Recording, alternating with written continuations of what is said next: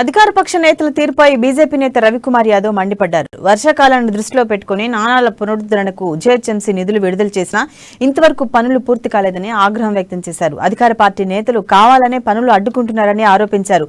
శేర్లింగంపల్లిలోని ధరణినగర్ నుంచి కూకట్పల్లి వరకు మంజూరైన నాలాలను ఆక్రమించి నిర్మాణాలు చేపట్టారని బీజేపీ నేతలు అంటున్నారు.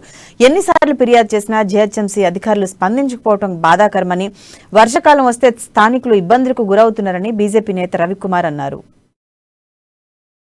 ఈరోజు 19వ రోజు భారతీయ జనతా పార్టీ గడప గడపకు కార్యక్రమం తీసుకున్నాం. వివేకానందనగర్ డివిజన్లో 2వ రోజు అసలు బ్రహ్మాండమైన స్పందన ఉంది. పార్టీలో జాయిన్ కావడం జరుగుతుంది.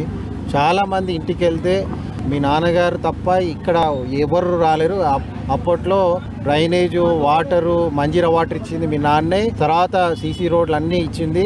దాని తర్వాత ఎవరు కూడా ఈ ప్రాంతానికి టీఆర్ఎస్ నాయకులు వచ్చిన తర్వాత ఎవరు రాలేదు, వాళ్ళ పనుల వాళ్ళు బిజీ ఉన్నారని చెప్పడం జరుగుతుంది.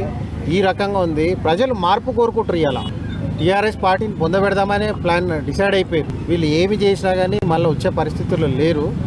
మరి టీఆర్ఎస్ నాయకులు అయితే కాలనీలో కానీ బస్తీల్లో కానీ అసలు కనీసం ఇప్పుడన్నా ప్రజల్లో తిరుగుతారు అనుకుంటే ఇప్పుడు కూడా ఈ ఏరియాలో అయితే లేదు. ఈరోజు 19వ రోజు భారతీయ జనతా పార్టీ గడప గడపకు కార్యక్రమం